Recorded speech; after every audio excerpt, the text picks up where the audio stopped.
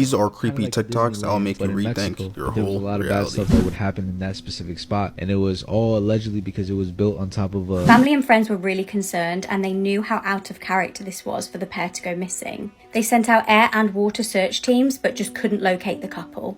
They see them, they're called the Doomsday Fish, and they're saying like, yo, they're either running from something. It's very territorial. We will lure you off the pathway with strange sounds until they are completely lost. Then we will appear and offer you help, and if you accept, it will be the biggest mistake you ever make. I'm back, it's your boy FITTIE, and today I got this compilation for you. I know, it's amazing. Look at my hair, you see it's different. If you guys like the chain, check the link down in the description. 99% of them are free right now. So if you want a free chain, check the link down in the description. You can also write your story in that Google form that's pretty much below the chain link. On the judge in the courtroom because I didn't like the sentence she gave me. My name is Deborah Redden, and I'm 30 years old. I'd had a few run-ins with the law before and was convicted of domestic violence and breaking and entering. When I appeared in court on January 4th, 2024, I was anxiously awaiting the judge's decision on my sentence. Although my lawyer had pleaded for probation, the judge took my criminal record into account and decided to give me a firm prison sentence, which deeply upset me. Convinced of the injustice of this decision and that it was directed against me, I reacted impulsively. Just as the judge was about to pronounce my sentence, I hurled insults at her before rushing towards her, clearly expressing my intention to cause her harm. 2 other people in the courtroom were injured as a result. As for the judge, she was hospitalized after suffering a blow to the head, although her condition is now stable. This unusual situation in a place that is supposed to be secure raises questions about the effectiveness of the security guards' work. Do you think they failed in their duty? Yo, that is insane, yo. Imagine. Now that's crazy. If you really got sentenced and then you just jump on the court. What's her name? And then you just jump on the judge, yo, that would be crazy, man. That's definitely some type of couple years you're gonna have to spend locked up. A friend killed me because I dared to eat the last piece of chicken. My name is Darwin Perez Gonzalez. I was 34 years old and was looking forward to a pleasant evening with friends. On a November evening in 2015, in Houston, Texas, we gathered for a meal and a drink. After finishing preparing the meal and enjoying a few drinks, we sat down to eat. At first, everything was going well. However, the atmosphere changed dramatically when I grabbed the last piece of chicken on the table. This action angered my 38-year-old friend, Reynaldo Cardoso Rivera. From there, the situation quickly deteriorated. Verbal exchanges led to rising tension in the apartment. We then went to the parking lot where an altercation broke out. During this confrontation, Reynaldo, armed with a kitchen knife, stabbed me. Tragically, I died from the injuries sustained in this attack. Reynaldo was quickly arrested and taken into custody following the incident. Considering these circumstances, what sentence do you think he deserves? Yo, your friend doing that to you over some chicken is crazy. Like, bro, there's so many other chickens that this man could have ate. Definitely better pieces of chicken too. But instead he chose to hurt his best friend for some garbage chicken. Hey man, it is what it is. This is Grant Solomon. He died on July 20th, 2020 under mysterious circumstances. His dad, Aaron Solomon, who was also his abuser, was the only person who witnessed his death, and he claims that it was a freak accident that took his son's life.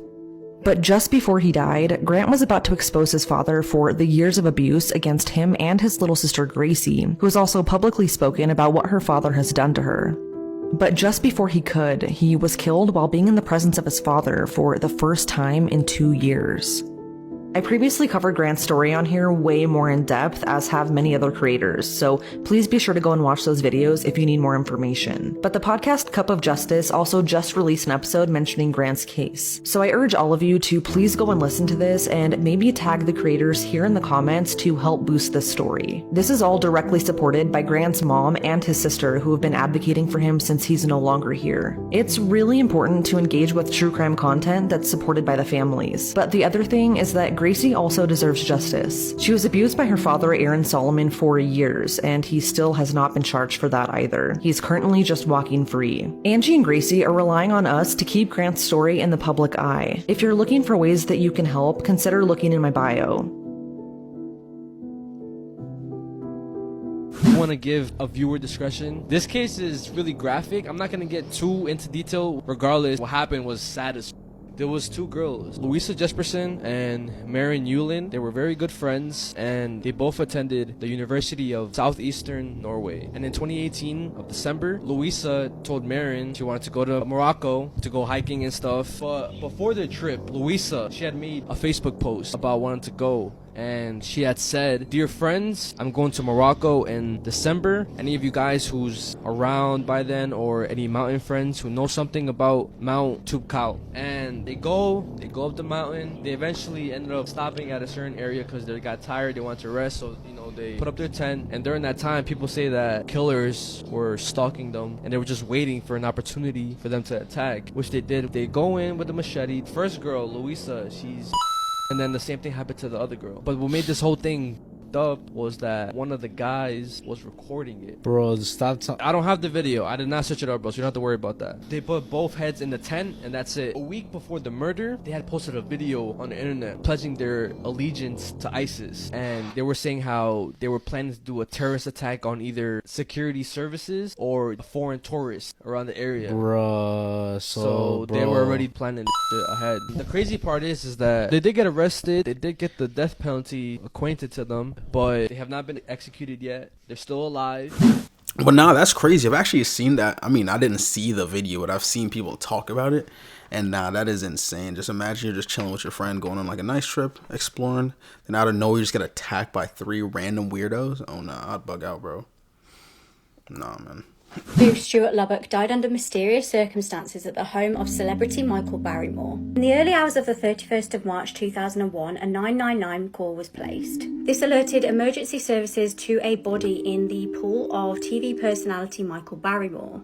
The caller said, "A fella has drowned in the pool." He explained that they had got him out, and he said, "I think the geezer's dead, mate." However, no independent witnesses report seeing the man actually in the pool. An ambulance arrived and found Stuart next to the outdoor swimming pool. Stuart was 31 and a factory worker from Essex. It is reported that some of the eyewitness testimonies contradict each other. On some occasions, witnesses claim that the man was facing up in the pool and others stated he was facing down. Now, the autopsy showed that the 31-year-old had numerous substances in his body as well as alcohol. His body showed signs of severe internal injuries which would indicate SA. It was also reported that he had marks on his body indicating restraint or strangulation. Michael Barrymore was arrested in connection with the death, but he was later released without charge. ITV terminated his contract, but it was later found that his arrest was unlawful. It was ruled that the police had no grounds to arrest him on. Stuart's brother Kevin has expressed suspicions about people who attended the party. He claimed that there has been a wall of silence around his brother's death. More recently, in 2021, a man was arrested on suspicion of murder and indecent assault, but was later released without charge. Let me know what you think in the comments. This case just does not add up to me. After this woman vanished, police made 2 shocking discoveries after residents reported something strange in their apartment. Heather Lacey was a 29-year-old mum living in Deerfield Beach, Florida. It was the 21st of November 2013, and her family reported her being in a downward spiral. She had been using substances and wasn't in a good place mentally. She'd become addicted to taking painkillers after a cesarean section during the birth of one of her children. This then led to her taking other substances and engaging in criminal behaviour. Suddenly, she seemed to just vanish into thin air. Her family reported her missing after being unable to get in contact with her, and years passed by. It wasn't until February 2019 that a horrific discovery was made. Members of the public decided to make a phone call to police. They were living in an apartment in Hollywood in Florida and smelt a foul odour coming from inside one of the properties. The apartment in question was that of 36-year-old Jonathan Escargaza. Police forced entry into the property and found Jonathan deceased. He was found to have been dead for days prior to being discovered. Now, the coroners were actually unable to determine his cause of death. However, that wasn't the last discovery in that property. The landlord was called and he hired a company to remove and dispose of items in there. When they came to remove an upright freezer, they discovered that inside was a mummified body. The body was identified as Heather Lacey. Her death is still unsolved, as is the death of Jonathan. Unfortunately for Heather's family, they've been left with more questions than answers. These are the panicked texts that this woman sent to her friend just before her husband did. But yeah, wow, bro. I never understood the people that just put bodies in freezer. Like, that's so disgusting. Like, imagine you just have someone over and you're like, what the hell is that smell? It's just coming from your freezer. Ew, bro. These man, come on now, dude. Did the unthinkable. Kurt Keithley was 39 years old and he was married to 33-year-old Samantha. It was 2018 and the pair had tied the knot around 6 years prior. They were living in picturesque Lando Lakes in Florida with their blended family. Kirk actually worked as a sheriff's deputy in Hillsborough County, so Samantha should in theory have been safe with him. Instead, her life would be taken in the most horrific way by the man meant to protect her. It was the 23rd of September and the couple had been arguing for hours. Their 14-year-old son was at home at the time and could hear the commotion. There were also 3 other children present. At around 10 to midnight, Samantha sent some text to her friend as follows. Kirk has lost his mind, Kristen. He's literally losing it. He's been harassing me for the last 6 hours and I've asked him repeatedly to just leave me alone because I'm sick. She then texted, I just chucked my ring outside. And that was the last time she would ever speak to her friend. Just after midnight, the police got a frantic phone call. The 14-year-old was on the line stating, oh my god, my stepdad just shot my mum in the head. Please help me. He then went on to tell the dispatcher, my stepdad and mum have been arguing for a night and she went to a hotel and she came back and I heard them arguing and I heard a gunshot and I walked outside and I saw her. He then said she was bloody, I saw her dead. Officers raced to the scene but they turned up to find 2 people deceased. Keith had his wife and then turned the weapon on himself. Although obviously traumatized, thankfully the children were unharmed. Police had never been to the property previously for any disputes. Imagine being like the 14-year-old kid and every night you just hear your parents arguing and then boom. Just... Yo, that is crazy, man. I would be so mad. I'm like, bro, if y'all arguing and it's not working out, just end it. You don't gotta kill her. You don't gotta shoot her, bro. What are you doing? I'd be mad. Honestly, I'd probably shoot him. It is what it is. Called the Oakland County Child, and it's still an unsolved mystery. The has never been caught. Nobody knows who the There was 4 kids, ages from 10, 11, and 12. The thing about this, right? They were all found in public areas. They were either or to death. And before they died, like autopsy and stuff like that showed that they were like nurtured and cared for before they died. Like they were bathed before they were killed. And like investigators are saying how like could be like some sick parent instinct. Like once that happened, they started creating a bunch of composite sketches, what the guys could have looked like. Okay. I do have 2 suspects that could be linked to this. How did they get the suspects though? Okay, so one of them, Archibald Edward Sloan. The reason why he was a suspect or whatever, because he was a known child molester, and they had investigated him, and in his car they found like hairs that belonged to 2 of the boys. And there was other hair in the vehicle too that didn't belong to him, so they basically said like, nah, it can't be him. How does that make sense though? He could have been like an accomplice. But then there's another one named Chris Bush. Before one of the kids went missing, he was arrested and investigated for CP charges, and then I think a couple years after, he ends up allegedly, but the way the crime scene looked, It looked like a fake. when they went in his house to investigate, there was no blood in the scene. His body was fully wrapped around, even his head. And then I have a picture that they took of his room, and there was something in the picture that kind of linked everything together. Right here on the left side, it's a hand drawing, and it's this picture. And they're saying that it could be this kid. Oh shit! He's like screaming type shit, right? And police reports that picture was never reported or anything. Like nobody knew about it. They probably didn't even think about it. Or do you think like they were low key in on it? He said the cops were in on it. That's funny. That is funny. Imagine. But nah, that's kind of weird, bro. I'm not even gonna lie. Like people like that be doing stuff to kids. Like ew. Like get a life, loser. Like what? This is the last photo that 32-year-old Quaylen Campbell sent to his wife before he was found shot to death. If there's ever a story that needs to go viral, it's this one. At around 1 p.m. on June 2nd of this year, Quaylen texted his wife Talia that he was being held hostage and to call 911. He sent her this photo and his location before he stopped responding. Talia immediately called the police, but the dispatcher seemed to show no sense of urgency, so she drove herself to Quaylen's location, which was about 45 minutes away. When she arrived, the police were still not there, even though it was only a mile from the Colorado Springs Police Department. Once there, she spotted her husband Quaylen slumped over in the driver's seat of his company car, and right next to him was another deceased man with a gun in his lap.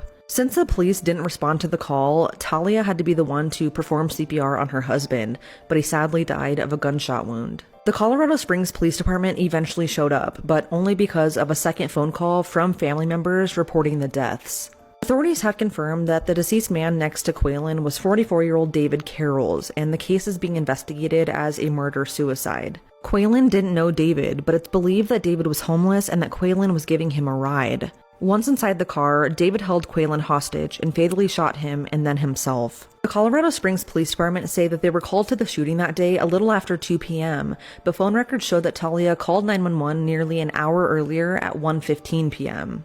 According to attorneys, they are wanting to petition the CSPD to release the audio recordings of the police radio communication to see why exactly nobody responded to the first 911 call. If they had, Quaylen's life could have possibly been saved. Please keep the Campbell family in your thoughts. I've also attached a GoFundMe set up for Quaylen's wife and 2 young kids if you'd like to donate or share.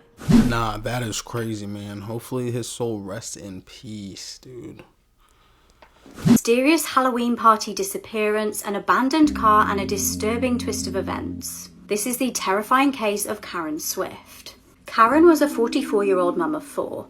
She was living in Tennessee and vanished from Dyersburg on the 30th of October 2011. She'd attended a Halloween party the night before at a country club.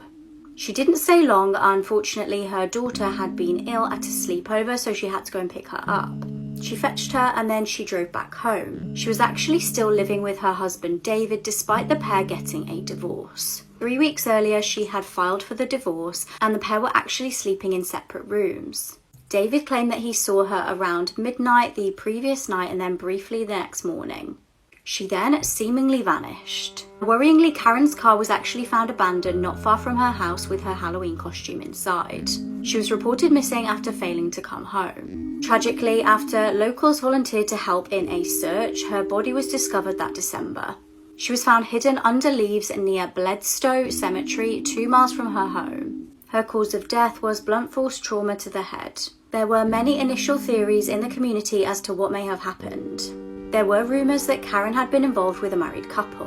One of Karen's close friends also told police that Karen had stated to her that she had been involved in something she wasn't proud of. She was also reportedly involved in some kind of argument that night at the Halloween party.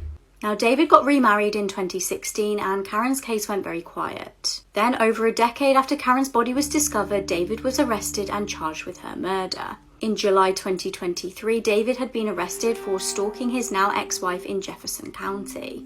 He's expected to go on trial for Karen's killing in 2024. A lot more weird shit going on, even shit going on in the ocean. With the ocean? In China and in Asia, right? There's these fish called oarfish. She's like 11 feet long ass fish, bro. But they only come out when something terrible is gonna happen. Oh my gosh. There's mythology behind them that whenever they see them, they're called the Doomsday Fish. And they're saying like, yo, they're either running from something or they're trying to warn us. Because they live 1,000 to 2,000 feet below sea level. They came out before in 2011 in Fukushima when they had the nuclear plant like went crazy. They had a tsunami. Okay. They had a tsunami and an earthquake. And then in 2019 there was a big ass blackout and then they had one of the worst earthquakes ever in history, bro. And now recently a lot of like biologists and like divers and shit are seeing more and more of oarfish? Oarfish coming about, bro.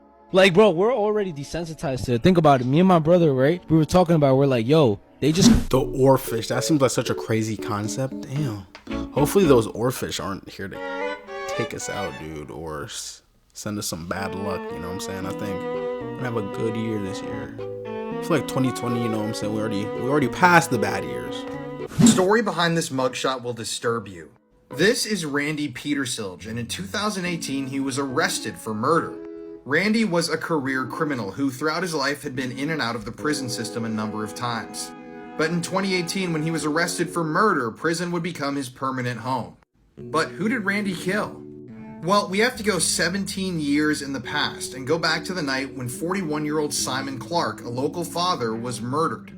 On November 28, 2001, police were called to a home that was under construction where they found the dead body of 41-year-old Simon Clark. At the time, he was found beaten to death with injuries to his chest and head. And shortly after they discovered Simon's body, authorities discovered a baseball bat that they believed was used in the murder.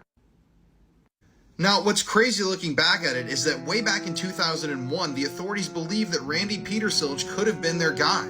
He was their lead suspect, but they didn't have enough evidence to arrest him, and so they had to cut him loose. Eventually, though, over 17 years later, the authorities showed up to Randy's front door and took him into custody. As it turns out, after all those years, a few witnesses had come forward and decided that they wanted to spill the tea on exactly what had happened that night. According to the witnesses, Simon Clark had been murdered over a money dispute.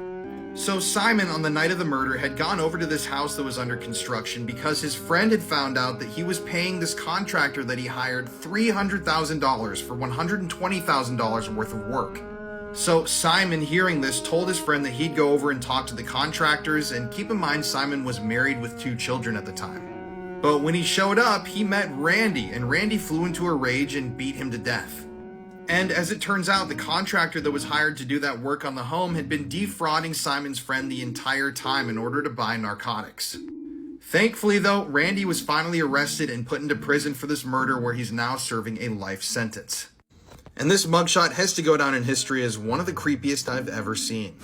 Nah, that guy had a crazy amount of face tats. Like, why would you even want to do that? Like, damn, man, that guy looks scary as hell. Crazy story of where the term Stockholm Syndrome came from. In Stockholm in 1973, an escaped convict walks into a bank and holds 4 bank workers hostage. Escaped convict Jan Erik Olsson also wounds a policeman who responded to a silent alarm, and snipers quickly surround the building. The criminal made several demands, including a car and also the arrival of a fellow convict. The police actually fulfilled his wishes, apart from one. He wanted to leave and take his hostages with him. The 2 criminals and the bank worker remain locked in a vault. Inside the vault, something really weird was happening. The bank workers were forming a really bizarre bond with the captors and actually started fearing the police more than their own abductors. They even stayed loyal when they were being threatened with physical harm. One of the criminals wanted to shoot one of the bank workers in the leg to get a reaction from the police. Upon hearing this, one of the bank workers actually claimed that they thought it was so kind that they only wanted to injure them in the leg. In another bizarre twist, the hostages even offered to act as human shields to prevent their captors getting injured. When police eventually pumped tear gas into the building to force them out, the captors even begged police not to hurt their abductors. Finally, when the criminals were sent back to prison, the hostages even went to visit them. That's kind of strange. I heard the same thing about serial killers. It's like, even with them, they'll capture some people and some people will actually want to stay there. I'm just like, what? Like, how does that work in your brain? And it's not only just one person that was like that when they got captured in the bank. It was like all 4 or 5 of them. They're just like, yeah, we kind of love our captives. Please don't hurt them. And then once they got locked up, they go visit them. What? And he was saying, oh yeah, it's very kind. You want to shoot me in the leg. What? Getting shot at all isn't kind. That's not kind.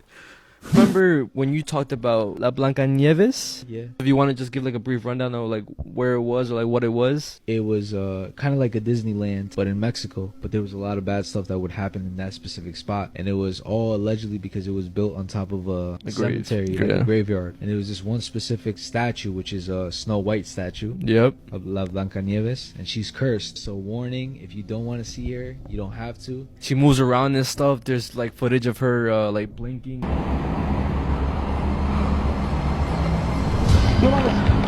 There's been a recent video of a guy who was around that area exploring it, and then he sees La Blanca Nieves move. No way. No mames, no te muevas ahí. Yeah, and they're pretty far, bro. Is that walking on it by itself? Yes. Deja que mi cámara enfoque bien, deja que mi cámara enfoque bien. Deja que mi cámara enfoque bien, güey, eso no es el velador. No digas, Then they run to it. No Bro, I don't digas know. mamadas, They're güey. brave. I would not run to that. Perdón, Run perdón. to it, bro. No digas mamadas, güey. Nah, bro, that's No, crazy, you, bro. no, You see that, no. bro? Nah, that is insane. Why would they run towards it though? Like, usually run away from stuff like that. Me personally, I'm running away, not to away. This woman's boyfriend found CP images on her phone, and the images were of his own daughter. So meet Ashley Cheatham. She's from Oklahoma, and she was just arrested last week after her boyfriend went through her phone and found one of the most disturbing things you can imagine. So initially, her boyfriend thought that Ashley might be cheating on him or doing something weird on the internet. So he decided to go through her phone and make sure she wasn't messaging other dudes. But when he went through her camera roll, he found disturbing, graphic photos of his own daughter in compromising positions being abused by Ashley. Now, immediately Ashley's boyfriend went into the police department, and he was basically begging for a police officer to talk to him immediately so that he could report this behavior to the authorities. And after hearing the story and seeing the evidence, authorities went in immediately to go arrest Ashley. And now she's been charged with a number of felonies, including the essay of a child under the age of 12, the making and distributing of obscene material or CP, and some other drug charges. But this story still gets more disturbing if that's even possible. So while authorities were doing a background check on her after her arrest, they found out that Ashley was in the process of applying to work at a local elementary school. And according to some reports, she actually was posting online looking for churches that needed volunteers or workers to help work with the children. So needless to say, I don't know, and I don't want to know exactly what she was planning, but this woman adamantly wanted access to children, and she was determined to get that access. Sadly, her boyfriend's 3-year-old daughter was the victim, and hopefully the only victim that we're going to find out of Ashley's. But yeah, this once again just goes to show that you cannot trust anybody, really. I mean, she's only 19 years old, and she's already engaged herself in the most despicable crime you can possibly commit. So, good luck in prison. Have fun. We won't miss you, Ashley. Nah, that is crazy. Your own boyfriend was like, yeah, nah, get out of here. I do not blame him, bro. If you're doing that to, like, his 3-year-old dog. And then she wanted to work in elementary school. This is why you guys got to be careful of who you have your kids around. Your kids are probably in school right now just chilling, and you have no idea that their teacher is like that woman. Yep. Now that's stuck in your head. Now you never know. Never know. Imagine leaving your girlfriend at your house when you leave for work. You come back to a scene straight out of a horror film. Brittany McGlone was a 19-year-old girl from Winsboro in Texas. It was the 4th of May 2007, and police were called to a hideous scene. Brittany had spent that night at her boyfriend's family home. She'd worked an overnight shift at a job at a distribution centre, and she then went straight to her boyfriend's family home afterwards. She reportedly got there around 7 in the morning and headed straight for bed. Obviously, leaving her to sleep, her boyfriend's family and her boyfriend left to go to their jobs that day. When they returned, they could never have imagined finding what they did. Brittany had been brutally killed. When officers turned up, they were able to determine that Brittany had been assaulted and beaten. Investigators on the case were able to determine that she had been attacked sometime between 8:30 a.m. and 3:30 p.m. Her cause of death was trauma to the head, and interestingly, her underwear was missing. Now, Brittany's boyfriend was an obvious suspect, but he was actually cleared. Him and his family all had solid alibis, and this was confirmed by CCTV footage. Absolutely none of them were at the house at the time that she was. The family were also then able to shed light on a potential suspect. Chad Carr was dating Brittany's boyfriend's sister, Velva, and he obviously knew the property, and he actually had a criminal record. Worryingly, he had prior convictions for SA and assault with a deadly weapon. For Brittany's family, the investigation was incredibly frustrating. Many feel like the crime scene may have actually been contaminated by the investigators. It was actually 2021 when a new investigator took over the case and properly looked into Chad. A pair of women's underwear was found at Chad's property, and this was the same size that Brittany would have worn. Velva, the previous girlfriend of Chad, also agreed to then speak to police about the case. She told officers that Chad had acted suspiciously the day that Brittany was found. Chad also potentially had a motive, as he had some resentment towards Brittany. He apparently didn't like the fact that she was allowed to stay in the family home and he wasn't. Investigators then asked Chad to take a lie detector test, which he did, and he failed. Now obviously these aren't always accurate, but his alibi also had holes. Chad was finally arrested and charged with Brittany's killing. However, frustratingly, there was not enough probable cause to move forward with the charges. Tragically, Brittany's case remains unsolved. Yeah, nah, that dude definitely did it. I'm sorry, I'm just gonna say it. I know they say innocent until proven guilty, but I'm gonna flip it, guilty until proven innocent. I think he's guilty, man. R.I.P. her, dude. Always some weird things going on in the world. Family of this missing girl found out via the media that she'd been murdered, butchered, and sold as kebab meat. This case will put you off ever eating a kebab again. Charlene Downs disappeared aged just 14 years old in November 2003. She was living in Blackpool, UK, and was last seen in an area containing many kebab shops and takeaways. While out with her friends one night, Charlene bumped into her mum. Her mum said that Charlene needed to be home by 10 PM that night, which was quite typical for Charlene. Tragically, this would be the last time that her mum would ever see Charlene alive. When Charlene didn't turn up by 10 PM, her dad went out on his bike looking for her for around half an hour. When he couldn't find her, he just presumed that she'd stayed over at her friend's house and went home and went to sleep. When she still didn't arrive the next morning, her parents started to get worried and they called police. Police, however, said that they could not report this as a missing person until she'd been missing for 48 hours. Eventually, police did start to look for her, but they said that they presumed she was a runaway. The case went cold until 3 years later. Charlene's family were called into a police station. There was news of 2 men who had been arrested, linked with a local takeaway called Funny Boys.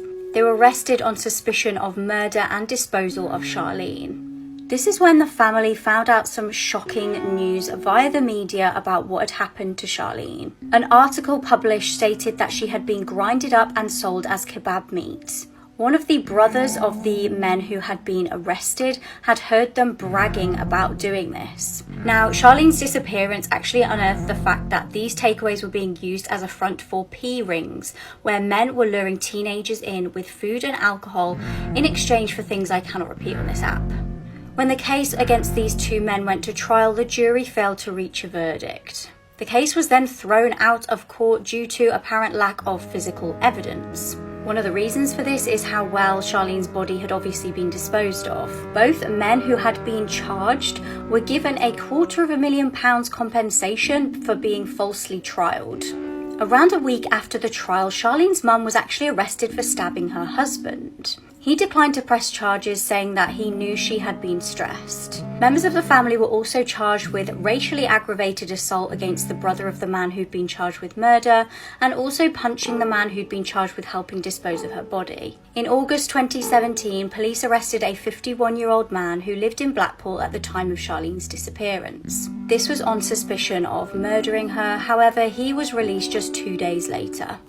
We still have no justice for Charlene, and nobody is behind bars for her killing. Nah, that was a messy case, bro. Too many holes. This guy bragged about it, then he's free, then this guy, like, come on. Oh no, bro. Justice for her. They still haven't even found out who did it yet either. But I mean, if people are bragging about it, then that is a little bit suspect. And they got paid because they got found innocent. That's a messy case, man. That's a messy case. Hopefully she gets the justice she deserves. This has never been caught. And over the years from 1996 up through 2012, he assaulted over 35 different women. This is the Teardrop, and he's an infamous criminal in the Los Angeles area. So there have been a lot of composite sketches made of this guy over the years, and he still has never been caught, even though they have DNA proof. His pattern of crime and his MO is that he usually finds women who are walking alone, he forces them into a secluded area with a knife or a gun, and then he assaults them. Like I said before, the first known attack was in April of 1996, and the latest was in 2012. And while he usually targets adults who aren't minors, in 2011 he targeted a 15-year-old girl. And everybody always reports the same thing. He looks the exact same, he behaves the same way, his voice sounds the same, and he has those 2 teardrop tattoos. So if you're in the Los Angeles area, be sure to look out for a guy who looks like this. This story does have a particularly sad twist though.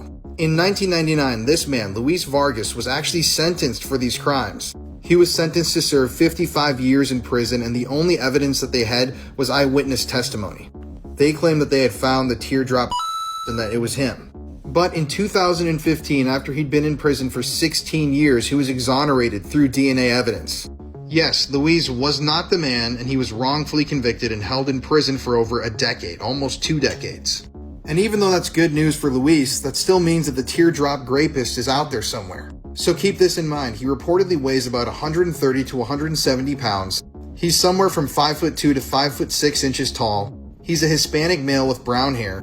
At around this time in his life, he'd be somewhere from 40 to 55 years old. He preys on women who are on their way to work or school. He strikes between 5 and 8 a.m. in the morning. He always uses some sort of a weapon, and he usually asks his victims for directions before leading them to a secluded area under the threat of hurting them and then assaulting them. So yeah, they'll hopefully get some sort of a break in this case at some point since they have DNA, but I don't know, it's been 20 years since this really started and there's still no real leads. Nah, that guy is weird, bro. I always be telling people like, yo, when you go out, you just gotta be careful. Even if you're a guy, you can still just get like this, but it's unlikely, but still, dude, you just gotta be careful, because guys like him, man, you catch you off guard. You be like, oh, this short little dude ain't gonna, and it's just like, hey, what's the direction to Taco Bell? They're like, that way. And he's like, oh, okay, can you show to me? And then you're just walking, and then he's just like, oh, and then you're like, what the, like, why is this dude? Imagine inviting your 13-year-old great-grandson into your house only to be stabbed in the back, literally. That's what happened to Antonio Barbo's great-grandmother. It was 2012 in Sheboygan Falls in Wisconsin, and Barbara Olson, 78, came out to her garage to find her great-grandson Antonio standing there with his friend Nathan. She invited the boys inside, thinking that they'd just come to visit. She had absolutely no idea that they were armed with a hatchet and a hammer. Once inside, when Barbara's back was turned, her great-grandson Antonio struck her in the back of the head with the hatchet. She fell to the floor and Antonio ran to the bathroom, apparently feeling sick. When he came back out, he saw his friend Nathan strike Barbara twice with the hammer. Barbara was literally begging for her life and she was holding up her hands to try and defend herself. But they didn't stop. Both boys then took it in turns with the hatchet and the hammer, striking 27 times until Barbara was dead. They then took a watch, some jewellery and $150 and then tried to drag Barbara's body through the garage and into the car, but it proved more difficult than they thought, so they abandoned that plan and just left her there in the doorway. They drove Barbara's car to a bowling alley car park and they left some jewellery in the car along with the keys in the hopes that someone would steal it and incriminate themselves in Barbara's murder. But being 13, these boys hadn't really thought past the actual murder. They attempted to wipe some of their fingerprints off the car, but they left the weapons in the boot, covered in their prints and Barbara's blood. The next day, Barbara's daughter went to visit and found her mother's body in a pool of blood. 12 hours later, both boys were arrested. According to Antonio, they both had planned to rob and attack his great-grandmother, and he said that both him and Nathan had taken turns with the hammer and the hatchet. But according to Nathan, it was all Antonio's idea. He did admit to hitting Barbara twice with the hammer while she was still alive, but pleaded not guilty. Photos of Barbara's body were shown in court. She had deep cuts to her face, head, arms and hands, and it was evident that both boys had taken part in the murder. Nathan was found guilty of first-degree intentional homicide, and he was sentenced to life with a minimum of 30 years. Antonio pleaded no contest to first-degree intentional homicide, and he was sentenced to life in prison with a minimum of 36 years, meaning he'll be 50 when he has a chance at being released. Man, that is terrible. Why would you do that to your own grandmother? Like, they said they wanted to, you could have probably just asked grandma for some money, man. They could have been like, yo, grandma, yo, Grammy, can I please get the 150? And she would literally, I swear to God, she would have gave it to them. She'd be like, okay, here you go. Instead, they had to do the most and didn't even think about it. But I'm not gonna lie, that one on the left looked like Justin Bieber, though. I swear to God, I was like, yo, is that Justin Bieber, the kid? I was like, oh, no. That was messed up, man.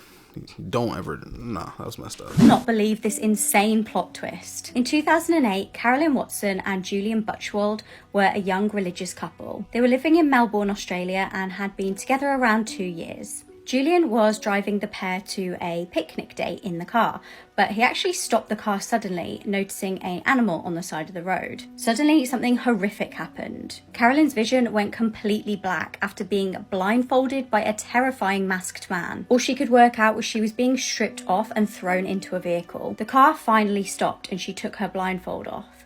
and she was really relieved to see that her boyfriend was by her side. He'd also been stripped off, and the couple were completely in the middle of nowhere. The pair managed to untie themselves, but were having to just wander around aimlessly for a week, trying to find safety. Meanwhile, police were desperately searching for the couple. Family and friends were really concerned, and they knew how out of character this was for the pair to go missing. They sent out air and water search teams, but just couldn't locate the couple. As the missing pair were very religious, they'd actually vowed to be celibate until marriage, but Julian started to suggest that it might be a good idea to break this celibacy in order to keep them warm. Finally, a local farmer found the couple and alerted police. However, they quickly found that the story didn't really add up. Julian soon confessed to police that he'd actually made the whole thing up and he'd staged the kidnapping. His motive was purely to try and get his girlfriend to break their vow of celibacy. Man, that's such an extreme. Yo, that is such an extreme. Bro really wanted to get, yo. He did the most, man. Like, he staged the whole thing. I don't know how to feel about that one. Let's talk about a doctor that killed 250 patients. They called him Dr. Death. He's now recognized as one of the most notorious serial killers in modern history. His real name was Harold Shipman, but media like to call him Dr. Death. You'll see why in a bit. Harold was born in January 1946 in Nottingham, England. It was said in his younger years he exceeded in sports and did really well in school. It was also said that he was really close with his mother, but unfortunately she would end up passing of lung cancer when he was only 17. Some believe that her death sparked something within Harold. Harold would watch while the nurses gave his mother morphine. He loved watching the pain slowly go away. You might think, oh, that's so sweet, he doesn't want his mom in pain. But that's not what was happening. He was fascinated by morphine. So Harold was feeling inspired. So as he grew older, he went to the University of Leeds to study medicine. Well, obviously, he eventually graduated, and that's when he started working in different surgeries. He worked in several different surgeries until he opened his own in 1993. And this is where it all began. There isn't really a timeline on his killings, but he was killing a lot of people, forging documents so it wouldn't seem suspicious. Also, he had a wife and 4 kids at this point while he was doing this. And his wife was probably like, oh my god, my husband's a doctor. Little did she know, he was killing people. He did this from 1993 to 1998. That is a good amount of years not getting caught. But thankfully, eventually people started getting suspicious. A few surgeries around had actually mentioned him to the police, alongside a few funeral homes. So everyone's finding Harold over here a little suspicious. A taxi driver would actually end up going to the police about Harold because he claimed that he had taken several healthy older women to his clinic and they would end up dying. Even though several people had gone to the police about Harold, nothing was done. That's until he messed with the wrong victim and the wrong family. So the final victim that he killed was named Kathleen, and she was really healthy before she walked into his surgery. Kathleen's daughter was already very suspicious when she died, but it really rose when she realized that Harold was on her will. Her will had announced that £300,000 was to go to Harold, her doctor. Real smooth, Harold. So Kathleen's daughter went to the police thinking that Harold had forged the will, but nothing else. When they did Kathleen's autopsy, they actually found traces of a type of heroin used to help patients with terminal cancer. Kathleen did not have terminal cancer. So they questioned Harold, and do you know what he says? This man over here is like, oh, that's because she was an addict. She was a heroin addict. He then pulled out his doctor notes that he had written in her file that stated that she was an addict. And that was a dumb mistake. The police were able to trace when he wrote these notes on his computer, and they found that he had written it after Kathleen had already passed, so you messed up there, Harold. If he had written these notes at the right time, he could have got away with it. Because the coroner did say that the amount of drugs in Kathleen's system was consistent with drug addict overdoses. But it's a good thing he messed up. Because police did some digging after this one lie, and oh my, did they discover a pile more. Harold obviously got arrested at this point, and they discovered 15 more patients that he had killed the exact same way. Police found out that Harold was changing his patients' medical history files. He was changing the medical history to say that the patients were really ill, so then when they died, it wasn't suspicious. That's also how he was able to get away with it for so long, because no one could say anything. It was in their file. Unfortunately, the police could only charge him with the 15 murders they could prove, but based on all the research that the police did, they think that the number is more around 250. 250 people. Safe to say, Harold will not be a doctor again. He obviously got life in prison, but he actually ended up ending his own life in 2004. And that's the story of Dr. Death. Imagine you're going for your daily checkup. You're like, you know, doctor, I've been feeling good lately. Been hitting the gym, eating good. The next thing you know, you're dead. How? I'm like, why am I in the grave, bro? I was a good 2 seconds ago. Turns out your doctor poisoned you. No way, dude. I'm like, come on, dude. I'm happy they caught him, though. He could have really got away with that, too. That's so disgusting. He had so much leverage, and he just messed it up completely. Good, though. That's a good thing. Born addicted to crack cocaine, little Elisa Izquierdo didn't stand a chance with a mother like hers.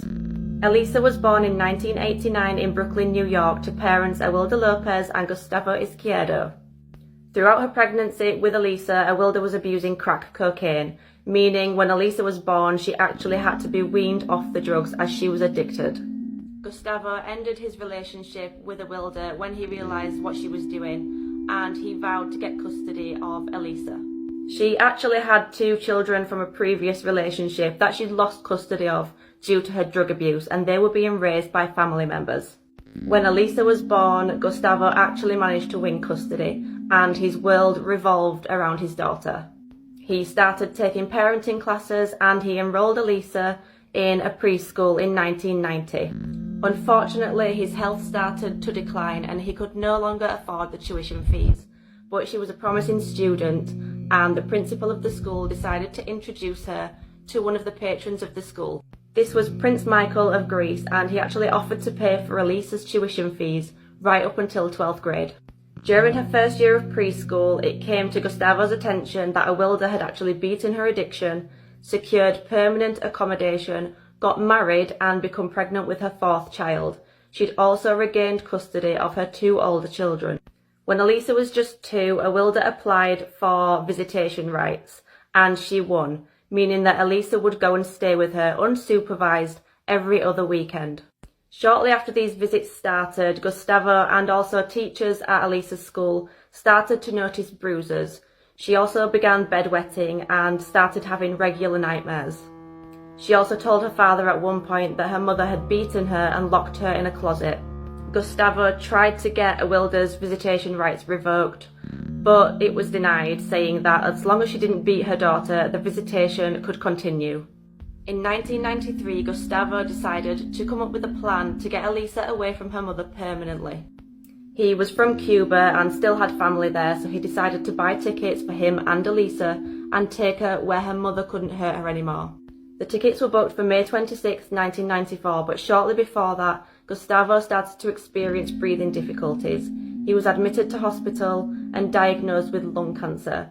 He then sadly died on the exact day he planned to take Elisa to Cuba. On hearing about Gustavo's death, Awilda decided to apply for full custody of her daughter. Due to the previous abuse of Elisa, there were multiple objections to the court from Gustavo's family and also Prince Michael of Greece. Despite that, Awilda was awarded full custody of Elisa. Now that she had full custody of her daughter, the abuse of Elisa escalated really quickly. Awilda took her out of her private school and enrolled her in a public school. The school's principal quickly observed that Elisa, now aged 5, was emotionally disturbed, withdrawn, and was having regular toileting accidents at school. The principal and Elisa's teachers also noted multiple bruises, and Elisa had started tearing out chunks of her own hair. On March 20th, 1994, Elisa was admitted to hospital with a broken shoulder. This injury was actually found to be 3 days old. Elisa's teachers contacted social services to say that they thought she was being abused, but this was rejected due to lack of evidence. And in December that year, Awilda actually withdrew Elisa from school permanently. She'd also started using crack cocaine again. With Elisa now permanently at home with her mother, the abuse escalated even more. She was locked in her room for most of the day, was not allowed to socialise with her siblings, and was forced to use a chamber pot kept in her bedroom.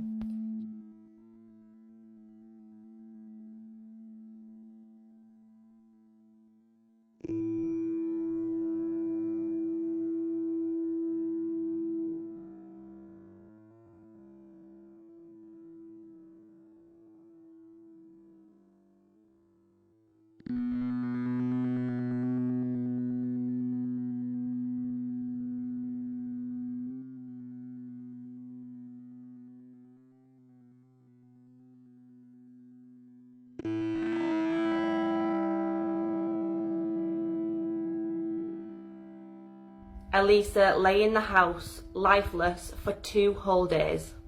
Awilda actually contacted her sister at one point and said that she was laid on the floor with... This was found later to be brain fluid.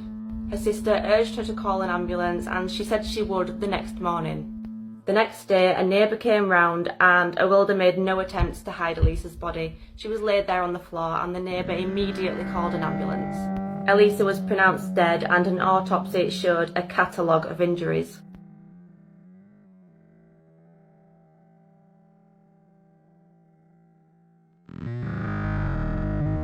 Elisa's funeral was held on November 29th, 1995, and there were around 300 people in attendance.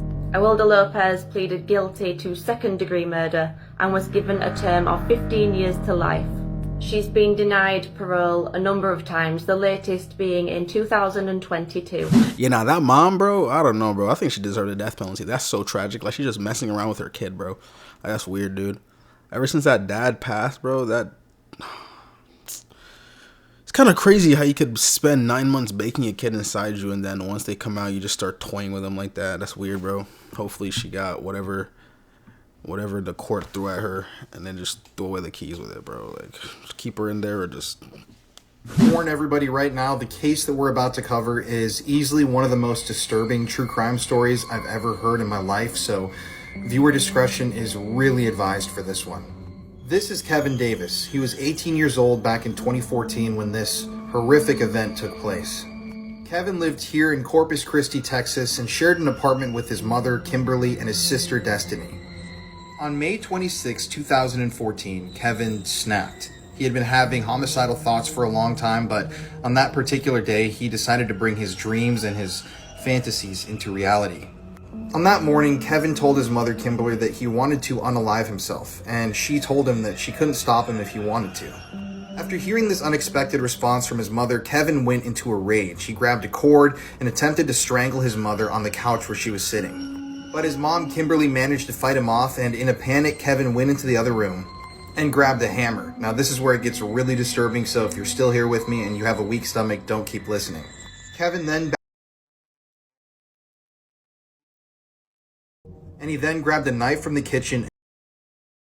At that point, Kimberly's head was opened up. She had a massive head wound, and Kevin stuck his hand into his own mother's head, and he later told detectives that it felt like putty. Now, after his mother was dead, Kevin dragged her corpse into another room and her, which is unbelievably shocking and disgusting. After all this was said and done, he went to a neighbor's house, told them to call 911, told them that he had just murdered someone, and he was arrested without incident. When Kevin ultimately arrived at the police station, he was brutally honest with investigators about his crimes. I listened to the entire interrogation, and I cannot unhear some of the things that he told investigators. It's vile and shocking. But at one point, he smiles at the investigators with a little grin and says, "Yes, I guess I lost my..." to a corpse. After his trial, he was handed down a sentence of life in prison. He's still alive. He's still in Texas right now, and he even admitted to investigators that if he was given the chance, if he were out on the street again, he would kill again. I'm sorry to have to fill your guys' minds with this stuff, but this is a truly disturbing case that I can't stop thinking about because of how horrific it is, and yeah, I cannot believe that this happened. Nah, that's weird, bro. How do you do that to your own mom? Like, that's how you know something's wrong with that kid, bro. Like, that kid is not normal. There was something definitely wrong right there, because I don't think anyone with a sane mentality even could unconsciously or instinctually do something like that. That's not something you do out of instinct or even consciousness. That's just something's just wrong with you at that point. It is what it is. You know, a couple of people have things wrong with them. That's just life. But me personally, nah, that was weird, man. It's one of the most disgusting and evil cases I've heard of recently. On the 7th of December 2017, teacher Thelma Boinville was desperately trying to make some extra money. She was doing a cleaning job to earn extra money for her family, and the job suited her as her 8-year-old could come along and play while she worked.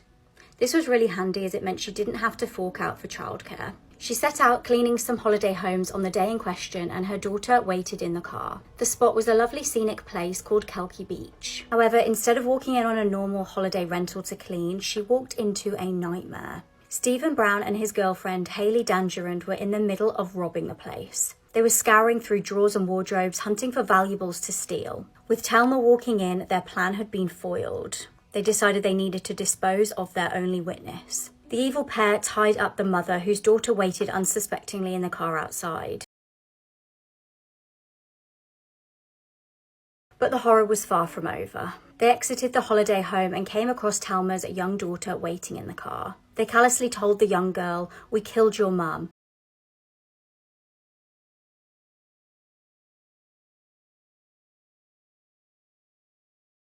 The 2 Australian tourists who were renting the holiday home then came back and found the crime scene. The 2 killers were tracked down hours later in Thelma's car, which they'd stolen and driven off in. Hayley was actually wearing her victim's earrings at the time. They actually begged for the officers to just shoot them and end their lives, but they wouldn't get away that easily. Thelma's husband Kevin wasn't actually allowed to see his wife's body due to the extent of her injuries. The autopsy revealed that she'd fought for her life, with many defensive wounds indicating a struggle. Since the murder, Stephen and Hayley have both tried to blame each other. Stephen was found guilty of second-degree murder and apparently showed no emotion as the verdict was read out. Hayley is currently awaiting trial. Nah, that's messed up, dude. That's so like, how you gonna do that to her mom and then put her in the same room? I don't know, man. I bet they were like, "Oh, I'm not gonna get caught for this. Let me just take her car," and then they get caught and they start blaming each other. Like, that's so stupid, bro. People don't think sometimes. You just gotta think. In case of the Philpots. On the 11th of May 2012, 6 children were in bed asleep when a huge fire broke out of their home. As smoke roared through the building, Mairead Philpot, the children's mother, called the emergency services. Their dad, Mick Philpot, was reportedly making heroic attempts to try and save them. However, 5 children unfortunately died in the fire, and the eldest actually passed away in hospital later on. At first, this appeared to be a tragic accident, but the truth was soon revealed. The fire had been started intentionally with petrol underneath the letterbox. When word got out about who the children's father was, many people were already familiar with him. Mick Philpot was notorious for being outspoken and provocative and had appeared on the Jeremy Kyle show. He claimed to have had 2 wives and seemed to be really proud of this. He also had a horrible history of abusive behaviour towards women. He had been convicted for attacking 2 women with a knife and headbutting a female colleague. A press conference was held about the tragedy that had unfolded. Reporters really expected at this point for the Philpots to come out and appeal to anyone who had any information about the fire. What the Philpots actually did was just kind of came out and started thanking people. They didn't ask for any help with any information about the case at all. The only thing Mick asked for is to be left alone. If this genuinely had nothing to do with the parents, you would think that they would come out and be desperate for more information. Neighbours from across the road actually went to the police and told them that they had seen Mick during the fire. He was outside pretending to cough, not actually going in trying to help rescue his children. Police were now suspicious enough to try and set a trap for the Philpots. They kept them in a hotel room and actually bugged the room. The recording reveals Mick quizzing his wife about how convincing she'd been in her police interview. Locals had also spotted the couple in a pub doing karaoke, dancing and drinking shots. Incredibly strange behaviour for 2 people who'd just lost their children. It also came out that Mick was reportedly flirting with nurses at the hospital where his son was on a life support machine. The true story of what actually happened was all about Mick Philpot getting revenge on his ex. In early 2012, one of his wives had left him. She walked out with 5 of their children and Mick just could not take this rejection. He wanted to do something to get her back and wanted custody of his 5 children with her. He set the fire up to frame the ex to make it look like she'd done it. He wanted to be the heroic dad to save all his children and for his ex to go to prison for it. Mick got life in prison for this. Mariad got 17 years and is now released. I bet he now regret that one. He tried to get set up to be like, yeah, I'm the hero, I saved the day. Plan failed. Nah, bro's doing life and his girl did 17. I mean, she's out now, but still. Hella disturbing, dude. Like, what the heck, man? One of those things where you just had to look at the dad and be like, come on, bro. Should have known that wasn't gonna work, bro. This case made me terrified to go to the cinema. This is the case of the horror in Screen 9. James Holmes was raised in California. His mum was a nurse and his dad was a scientist. From a young age, he was experiencing night terrors and allegedly actually tried to take his own life when he was just 11 years old. He was apparently obsessed with guns and weapons and had dreamed of becoming a mass murderer. Between May and July 2012, he legally bought 4 guns. Background checks were conducted and he was allowed the weapons. He also bought spike strips, which, if you don't know, pop the tyres of cars if they chase after you. On July the 19th, just hours before tragedy would unfold, James mailed his notebook to his psychiatrist. Inside the notebook, James detailed his plans to kill. The notebook was actually discovered later on undelivered. Just prior to entering a cinema in Aurora, James rang a crisis line to tell them about his plans to kill. However, the call was disconnected after just 9 seconds. At the midnight showing of The Dark Knight Rises, CCTV captures James walking into the cinema. He walks into Screen 9, props open the door, and then walks back out again. Shockingly, he goes to his car and gets guns out and gas canisters. He re-entered the screen at about 12:38 PM and set off 2 gas canisters. When he entered Screen 9 again, he immediately opens fire on the audience, instantly killing 10 people. 2 others later died in hospital from their injuries. An additional 70 people were injured. This was an absolutely packed out cinema. James also shot at people as they scrambled to exit the screen. His youngest victim was a 6-year-old girl. Witnesses said this all unfolded as there was actually a gunfight on the screen, and initially they all thought it was special effects and just part of the film. Police were actually on the scene very quickly after the first 911 call. James surrendered to the police and was arrested in the car park. He was apparently very calm when he was arrested and told police that he had booby-trapped his apartment. When police investigated his apartment, this was found out to be true. He was sentenced to 12 consecutive life sentences. Yeah, every time I go to a movie theater, I always think about that. I'm like, what if someone just walks in here right now and just light this? Oh, nah. That dude was weird for that, though. He really went in there and just did that and came out like, yeah, I did it. Arrest me, officers, and just chill. Like, what I'm thinking about the most is the fact that they said they did a whole background check on him and all that and mental health evaluation, and they said he was good. But the whole time, they were saying that he was talking about, he literally sent to his therapist a book of him wanting to hurt people. This dude was literally dreaming about hurting people. Why? That's so weird. Like, am I the only one that feels that way? That's how weird that is. You just want to just hurt people. Why? I don't know. I just want to. Okay, that's nice. It's probably how I just look at him like, So you just want to do that to people. Is there a reason? Nah, just want to do it. Interesting. We're the reason you should not come to Alaska. Hello, my name is Urban. I am one of the Ursenrat people. We live deep in the mountains of Yupik territory, in deep underground caves and lairs. We spend our days fishing and hunting, unless we are interrupted. Although we are little, we can still do terrible things to you. When any hunters come through and disturb these lands, we get very territorial. We will lure you off the pathway with strange sounds until they are completely lost. Then we will appear and offer you help, and if you accept, it will be the biggest mistake you ever make. We will take you deeper into the bush and tie you up in a tree. Then we will throw rocks at you, poke you, laugh at you, and leave you to the wild wolves and bears to return you to Mother Nature. So if you're ever in Yupik territory, be respectful and do not disturb our lands, and Always remember. Yeah, I seen that one. I'm not going to Alaska, bro. Nah. I mean, they said if you come and disturb the property, I'm not going to disturb them. I'm like, hey guys, nice snow everywhere. Woo, this is cool. I don't think that would hurt me, bro. I think I'd be straight. But anyways, thank you guys for watching. That was pretty much the whole video. I knew you guys liked the longer video, so I had to bring another one for you guys. You know, it's February, my birth month. I'm born on February 4th. I'm an Aquarius. If you guys like the chain, check the link down in the description. 99% of these chains are free. Watch the next video. Peace out.